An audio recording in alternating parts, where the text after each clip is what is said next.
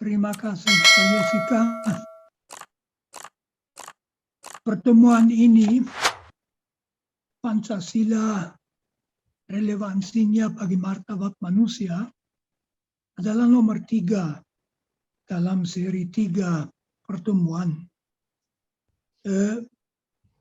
Kita sudah melihat Aristoteles dan Kant. Tentu yang dikatakan Aristoteles dan yang dikatakan dan ditulis Kant itu orang biasa juga tahu, tapi tidak bisa mengungkapkan, tidak tajam, karena itu juga tidak fokus. Para filosof yang mengungkapkan sesuatu yang tajam, membuat jelas apa yang penting. Kita melihat suatu etika harus terarah pada kebahagiaan orang. Itu bukan sesuatu yang abstrak, harus bahagia. Dari Kant kita melihat bahwa ada yang lebih. Ada sesuatu yang dijamin oleh etika, yaitu martabat manusia. Kita diharapkan adil. Bukan hanya karena kita pun akan bahagia kalau menyumbang keadilan bagi orang lain, tetapi karena memang kewajiban. Kita harus adil, entah kita bahagia atau tidak. Nah, dalam rangka ini, mengapa lalu bicara Pancasila? Tentu tidak hanya karena di Indonesia kita selalu bicara Pancasila. Melainkan saya justru mau menunjukkan Pancasila juga sebuah rumusan filosofis. Jadi 5 sila itu dirumuskan. Sebelum dirumuskan, kebanyakan orang tidak akan mampu merumuskan sesuatu seperti itu. Jadi merupakan sebuah etika politik. Dan seperti tadi dalam antaran Pak Jessica, kita bertanya apakah Pancasila itu sebenarnya masih relevan. Apa artinya relevan? Relevan berarti bahwa sesuatu bisa membantu kita menanggulangi tantangan-tantangan yang kita hadapi. Jadi apakah Pancasila itu relevan? Tergantung apakah Pancasila akan membantu kita menanggulangi tantangan yang kita hadapi. Tantangan yang kita hadapi adalah baik tantangan bagi umat manusia maupun secara spesifik tantangan bagi Indonesia. Tantangan bagi umat manusia itu ada cukup banyak yang serius. Perang Ukraina membuat kita sadar betapa gawat kalau masih negara mau melakukan perang. Seluruh dunia menderita, tentu perang di Ukraina bukan satu-satunya. Lihat ke Timur Tengah, lihat ke Yaman, ya perang dalam negeri di Myanmar, ya perang-perangan di Afrika. Tantangan lain yang ada kaitan juga dengan perang itu, apakah umat manusia akan bisa mendapat cukup makanan atau ada puluhan juta orang yang mati kelaparan. Ada tantangan demokrasi global kita alami. Di negara seperti Amerika Serikat misalnya. Yang saya anggap tantangan besar, saya sebetulnya terus terang saja saya gembira, saya 86. Saya belum akan mengalami itu. Tapi Anda akan mengalami paling lambat 2050. Keambrukan daya tampung alam sudah akan terasa. Tahun ini di banyak daerah dunia ada kekeringan dan kepanasan yang luar biasa. Sekali itu belum tentu itu sudah keambrukan, tapi menuju ke situ. Glasier-glasier, jadi tumpukan es di pegunungan Alpen Himalaya terus berkurang. Anda akan mengalami apakah Indonesia masih subur atau kering dan sebagainya. Menurut saya artificial intelligence (AI) juga merupakan tantangan, tapi saya tidak akan masuk tantangan-tantangan ini. Indonesia tentu ditantang oleh semua tantangan itu. Saya anggap bahwa di Indonesia kita menghadapi 3 tantangan.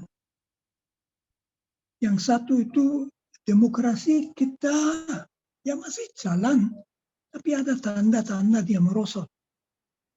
Nanti saya akan ke situ. Artificial intelligence.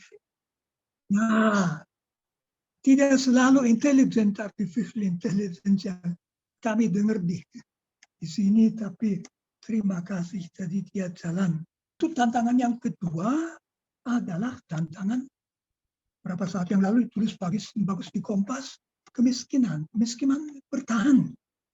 Tidak semuanya salah kita, COVID dan sebagainya. 50% bangsa Indonesia itu belum betul-betul sejahtera.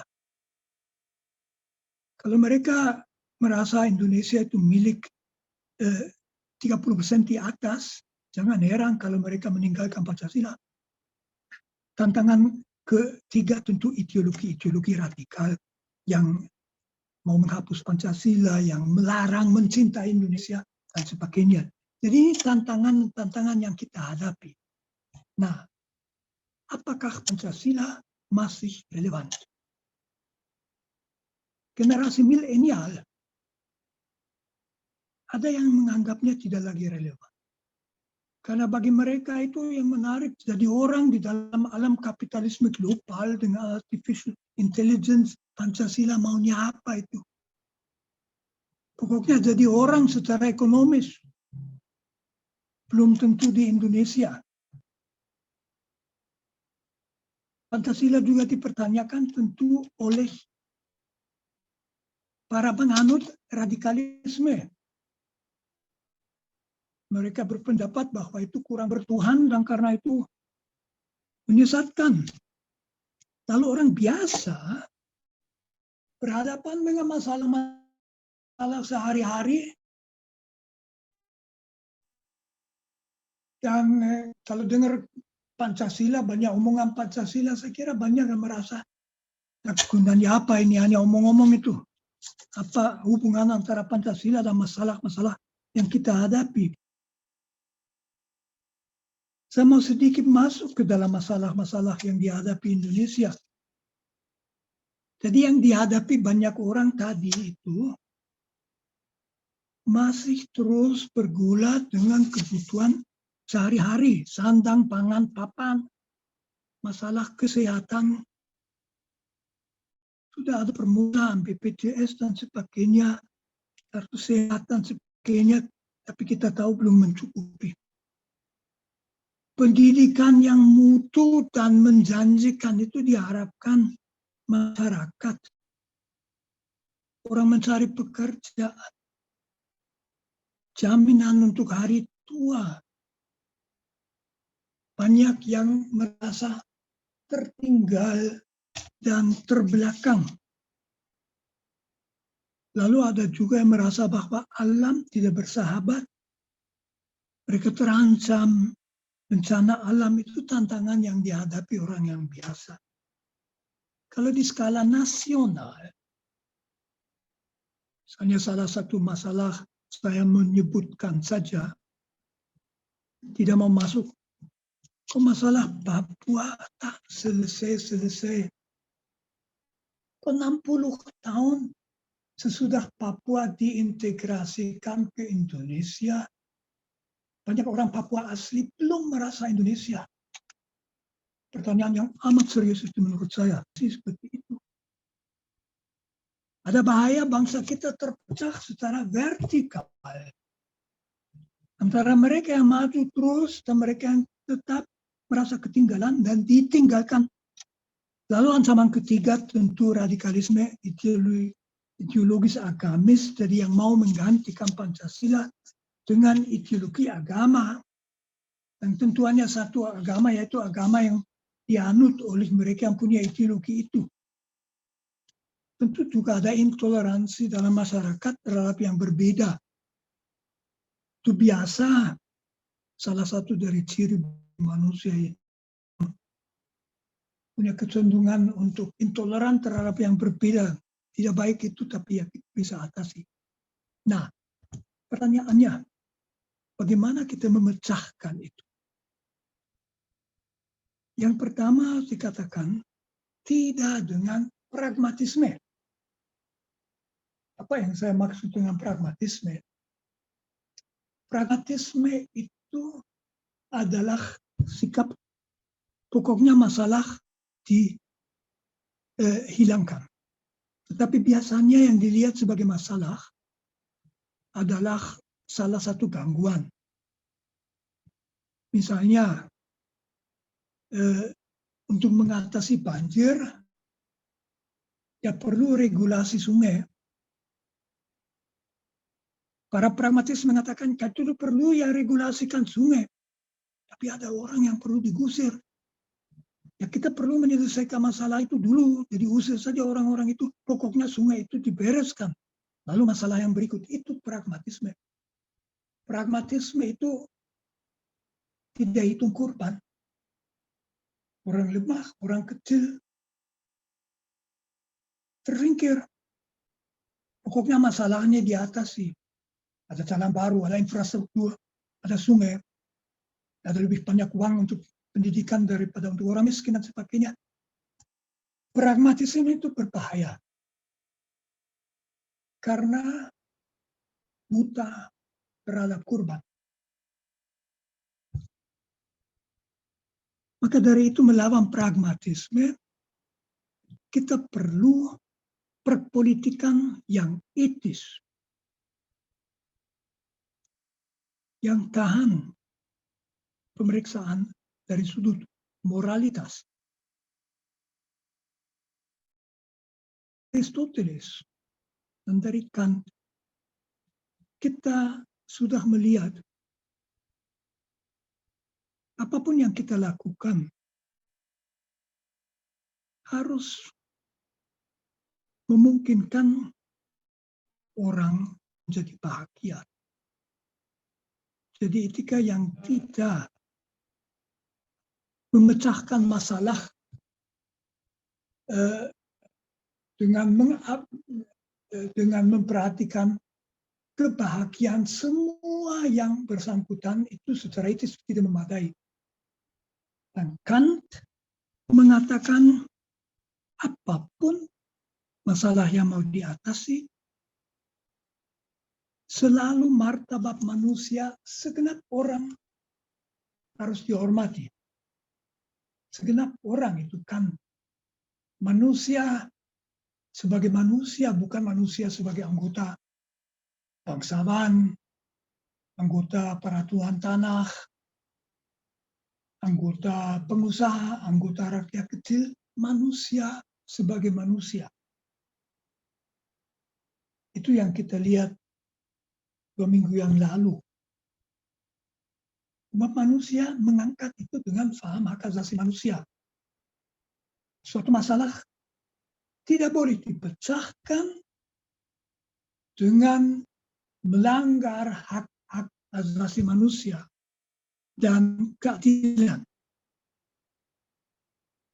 Lalu tentu untuk perpolitikan yang etis, yang penting mengacu pada nilai-nilai dasar masyarakat. Jadi tidak cukup memang hanya datang dengan Aristoteles dan Kant. Mungkin kita ini mengerti itu saja, belum tentu semua mengerti. Melainkan kita harus menghubungkannya dengan nilai-nilai dasar suatu masyarakat. Puji Tuhan kalau masyarakat itu punya nilai-nilai dasar hidup bersama yang bagus. Tidak bisa semacam kebengkokan dan sebagainya, tapi kalau nilai-nilai dasar itu bagus, Dan kita acu pada etika, kita acu bukan pada sesuatu yang dari luar dikatakan, misalnya filosof mengatakan, tapi sesuatu yang dirasakan. Akan ada respons dari hati orang. Nah, di Indonesia itu Pancasila. Itu yang masih mau saya tunjukkan. Banyak negara mempunyai macam pengantar ke undang-undang dasar seperti kita juga.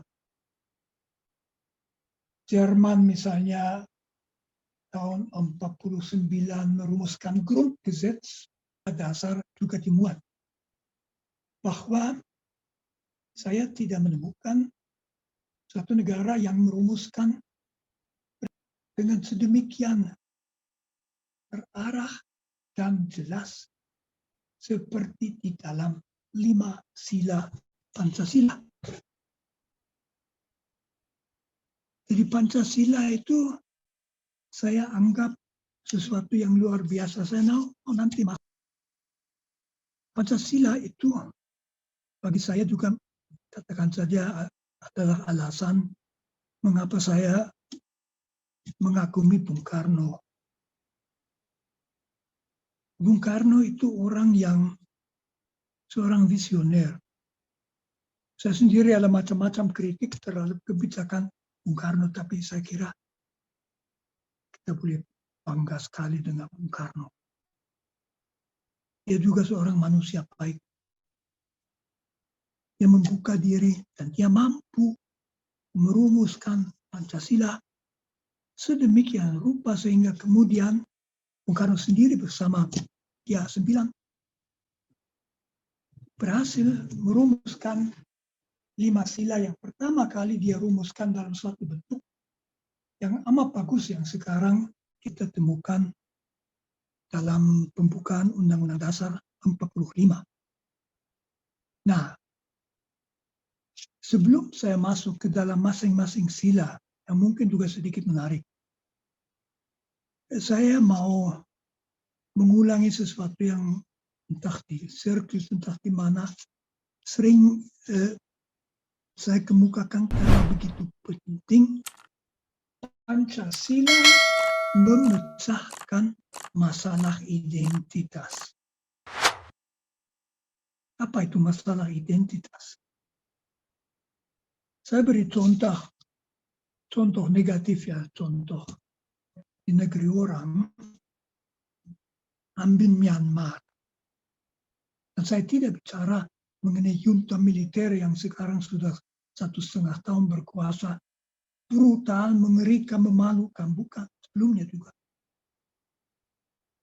Myanmar itu mencapai kemerdekaan. Myanmar mirip bahasa etnik, meskipun sama sekali tidak bisa dibandingkan dengan Indonesia. Punya ratusan, bahasa saja ratusan, Myanmar tidak. Myanmar itu punya mayoritas etnik, kayak orang Jawa di Indonesia itu orang Burma. Karena itu negara itu semula selama 50 tahun namanya Burma, baru kemudian mereka mau menampung keluhan yang lain-lain menyebutnya Myanmar. Saya tidak tahu artinya apa. Burma, orang Burma sekitar 63%. Orang Buddha. Yang menjadi bahasa nasional Myanmar, bahasa Burma. Dengan sendirinya, suku Burma menjadi suku dominan. Dan suku-suku lain, Kachin, Karen, dan lain-lain, menjadi kelas 2 atau kelas 3. Maka sudah sejak akhir tahun 40-an, Myanmar itu terpecah dalam perang, di mana suku-suku yang tinggal di pinggir Myanmar, di perbatasan dengan Thailand dan dengan China, memberontak. Sampai sekarang itu. Orang Katolik Kristiani kebanyakan di antara suku-suku itu. Yaitu agak mengerikan. Di Sri Lanka itu punya 2 kelompok etnik yang besar, yang satu Sinhala Buddha, sekitar 75%, yang satu Tamil yang datang abad ke-19 dari India dengan bahasa Tamil. Belum 10 tahun Sri Lanka merdeka, pemerintah Ibu Bandaranaike, sahabat Bung Karno, memutuskan bahwa hanya bahasa Sinhala menjadi bahasa nasional dan orang Tamil harus belajar bahasa Sinhala. Selama berpuluh tahun orang Tamil memperjuangkan bahasa tanpa sukses. Akhirnya pertengahan tahun 70-an mereka berontak. Elam Tamil, sampai akhirnya mereka dihancurkan sekitar tahun 2008. Sekarang Myanmar termasuk salah satu negara yang karena alasan korupsi dan ekonomi di pinggir kehancuran. Sepertinya. Nah, Indonesia itu masing-masing identitas kultural, identitas etnik, identitas agama, oleh identitas sebagai orang Indonesia tidak diancam, tetapi dilindungi dan bahkan diangkat. Itu mulai di Sumpah Pemuda di mana dipilih sebagai bahasa nasional, bukan bahasa yang paling banyak diomongkan, itu mungkin bahasa Jawa. Tapi bahasa Melayu yang memang banyak dipakai. Di Indonesia itu orang Melayu itu mungkin hanya 4%, paling-paling 5%, jadi tidak ada ekonomi. Dan bahasa Melayu ternyata membuktikan diri sebagai bahasa dasar bagi bahasa Indonesia yang amat bagus. Bahasa Indonesia menjadi bahasa contoh untuk bahasa modern.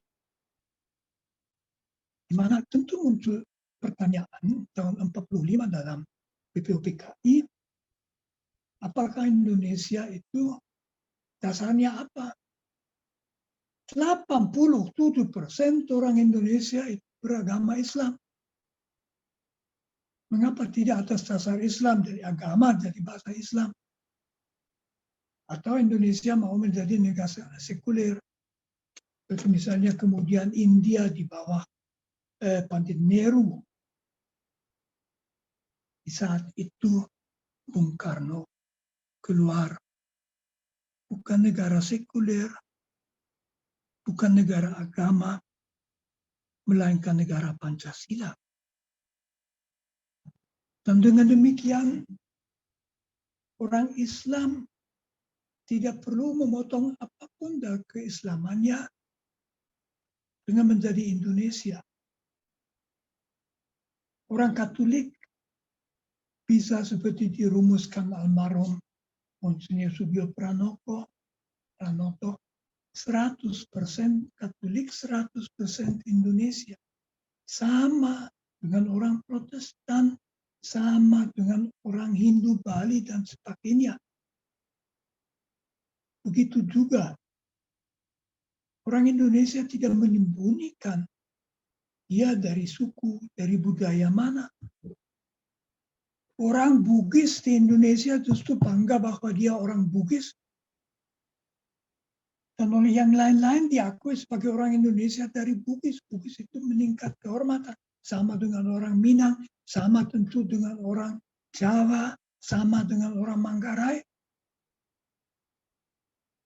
Mereka sebagai orang Indonesia bangga bahwa mereka itu orang Sunda dan sebagainya.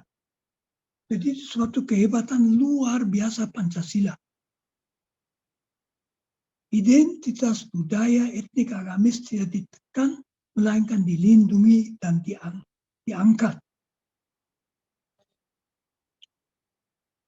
Maka dari itu, pembangunan di Indonesia, perpolitikan Indonesia, kalau berdasarkan Pancasila, terarah pada kebahagiaan masyarakat dan menjamin martabat segenap komunitas dan manusia Indonesia sebagai manusia. Saya bicara sebagai orang Katolik. Katolik itu di Indonesia sedikit di bawah 3%. Itu pembagian juga berbeda. Jadi di Pulau Flores, juga di Timur, terutama di Flores, Katoliknya banyak, tapi di Jawa itu sedikit. Loh, orang Katolik di Jawa merasa diterima, ketakutan apapun, mereka beribadah. Betul, kadang-kadang ada kasus intoleransi, itu ada di semua negara, itu perlu disayangi, perlu diatasi. Tapi pada dasarnya, umat-umat saya itu bebas, itu sesuatu yang luar biasa. Tentu mungkin itu juga bisa dikatakan begini, itu pendapat saya. Indonesia juga dapat bersatu karena agama yang paling besar, yaitu tentu agama Islam ya, tidak menuntut kedudukan istimewa dalam Undang-Undang Dasar. Sama sekali bukan barang tentu. Kalau kita baca Undang-Undang Dasar 45, betul-betul Undang-Undang Dasar kita semua, dengan yang terpenting tentu pada akhir pembukaan 5 sila Pancasila. Dengan demikian juga ada dasar hormat terhadap martabat manusia. Orang Indonesia itu tahu, dia harus menghormati orang yang berbeda. Berbeda misalnya dengan di Jerman. Orang Jerman itu dulu nggak ada pengalaman dengan orang bukan Jerman itu. Waktu saya meninggalkan Jerman tahun 61, di Jerman paling-paling ada orang dari Italia datang. Biasanya penjual es krim. Tapi orang Jerman nggak biasa dengan orang yang tidak berbahasa Jerman. Tahun 60-an lalu diundang jutaan orang Turki sebagai tenaga kerja yang di Jerman kurang. Sampai sekarang belum betul-betul terintegrasi dan sebagainya. Beda sekali dengan Indonesia, di mana orang biasa pun, orang kecil, orang desa, tahu bahwa tidak jauh dari dia ada orang yang masih termasuk Indonesia, termasuk komunitas mereka dengan bahasa lain, budaya lain, mungkin agama lain. Jadi orang Indonesia itu biasa dengan kemajemukan. Bisa hidup dengan itu. Pancasila merumuskan itu, menegaskan itu kembali. Karena itu juga kita harus mempelajari Pancasila supaya tidak lupa. Karena tekanan-tekanan modernitas bisa membuat orang egois. Pokoknya saya, pokoknya komunitas saya yang maju, peduli amat dengan yang lain-lain. Tidak. Kita maju bersama, hanya lalu kita maju. Sekarang saya mau sedikit masuk ke dalam Pancasila sendiri. Ke dalam 5 sila Pancasila. Karena ada sesuatu yang sangat menarik, teman-teman. Saya tidak tahu apa saya pernah membicarakan di dalam circle itu. Yaitu, Pancasila berakar dalam nilai-nilai budaya Indonesia. Pancasila bukan barang impor.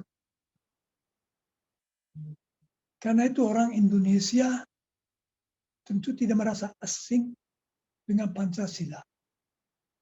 Akan tetapi, kok 5 sila Pancasila sekaligus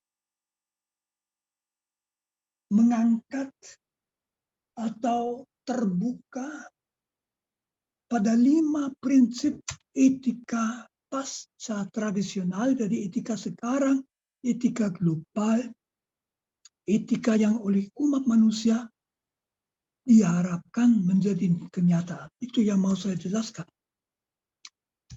Saya selalu kagum dengan Bung Karno ya. Kok Bung Karno bisa merumuskan Pancasila sedemikian rupa sehingga nilai-nilai inti etika modern termuat. Saya kira beliau, betapapun dia sangat yakin Pancasila itu bisa untuk seluruh dunia. Hal itu tidak disadari, semakin mengherankan dan mengagumkan. Saya mau jelaskan ini secara sederhana. Ada sila pertama, kedua, keempat, kelima, dan sila ketiga. Sila pertama, kedua, keempat, dan kelima mengangkat 4 prinsip hak asasi paling dasar. Kebebasan beragama, hak asasi manusia, demokrasi, dan keadilan sosial. Dan sila yang ketiga di tengah kesatuan Indonesia mengangkat bahwa kenegaraan modern, kenegaraan yang etis, bukan milik kaum bangsawan, bukan milik seorang raja, seorang diktator, tetapi kebersamaan seluruh bangsa, ungkapan solidaritas. Perkenankan saya sedikit menjelaskannya. Ketuhanan Yang Maha Esa dengan rumus begitu bagus, dengan kesediaan tokoh-tokoh Islam untuk tidak memasukkan 7 kata piagam Jakarta, kewajiban melakukan syariat Islam oleh pemeluk-pemeluknya. Sila itu mendapat rumusan yang betul-betul cocok untuk semua. Ketuhanan juga menampung mereka yang keagamaannya berbeda dengan agama-agama Abraham, seperti Islam, Kristiani, dan Yahudi. Orang Hindu, orang Buddha, Konghucu, ketuhanan itu cocok. Dengan demikian, sila pertama menegaskan kebebasan beragama. Memang menegaskan Indonesia itu negara populer. Saya pernah omong dengan almarhum Buya Syafi'i Ma'arif.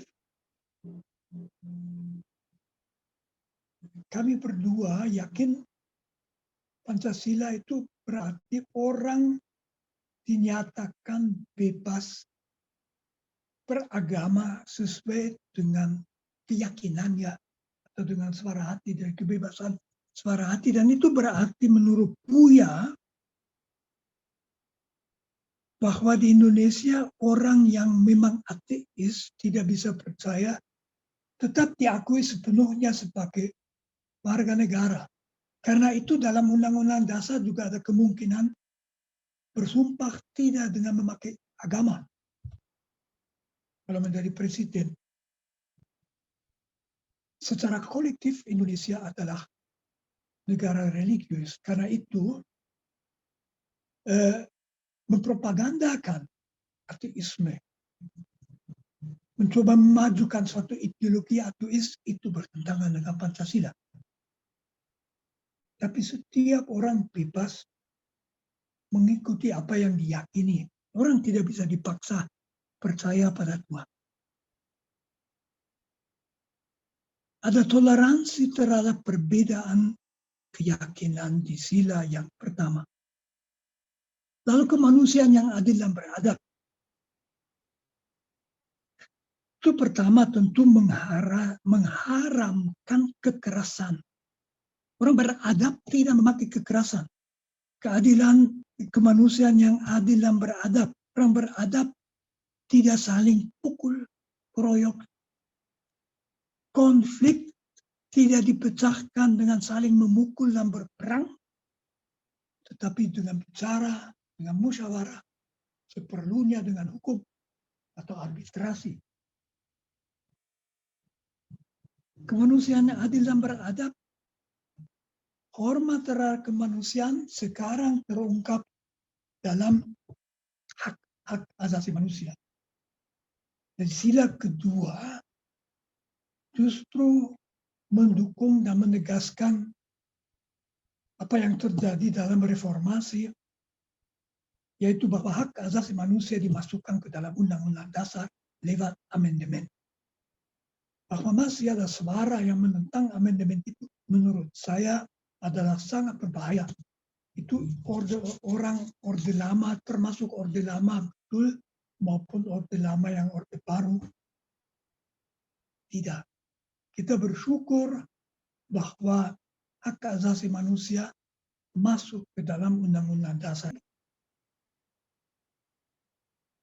Saya berpendapat ada satu keharusan etis luar biasa